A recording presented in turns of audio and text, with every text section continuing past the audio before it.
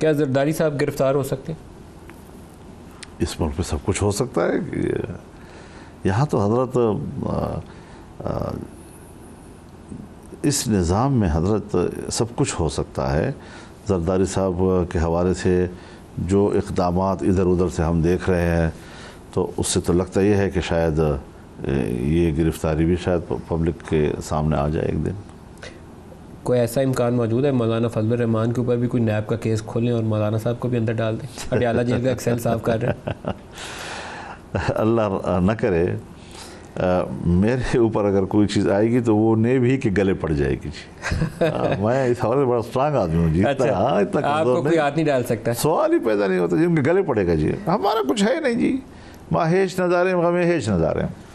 جب میرے پاس کچھ ہے نہیں اور خامخواہ آپ کہتے ہیں کہ آپ کو گرفتار کر دیں، اس کا معنی ہے کہ سب کچھ جعلی ہو رہا ہے نا. یعنی جب میرے خلاف کچھ نہیں ہے تو پھر مجھے اگر گرفتار کرنا ہے تو کوئی چیز بنانی ہے نا. کوئی جعلی مقدمہ، کوئی جعلی قسم کا کیس بنانا، کوئی فائل بنانا، پھر اس کو مشتہر کرنا پہلے، پھر میڈیا کے ذریعے لوگوں کو دل میں اور دماغ میں ڈالنا، اور پھر اس کے بعد اقدام. یہ سب جعلی ہو رہی ہیں ساری باتیں. صحیح نہیں ہو رہا کچھ بھی سیاسی ہتھ کنڈا. آج میں آپ کو بتاؤں جی، سوویت یونین کے شکست کے بعد، اشتراکیت کے شکست کے بعد، سرمایہ داری کی فتح کے بعد، ملک پر سرمایہ کی حکومت کے بعد آج دنیا کی سیاست کے معیارات تبدیل ہو گئے ہیں. اب کوئی شخص سیاسی گرفتار نہیں ہوگا. اب گرفتار ہوگا تو وہ سرمایہ کی بنیاد پر ہوگا. اس کو کرپشن کے الزام لگا کر گرفتار کیا جائے گا. آج اگر کوئی مذہبی آدمی گرفتار ہوگا وہ سیاسی بنیادوں پر نہیں ہوگا. کہے گا جی یہ انتہا پسند ہے، شدت پسند ہے، دہشت گرد ہے، ان سے رابطے وغیرہ وغیرہ.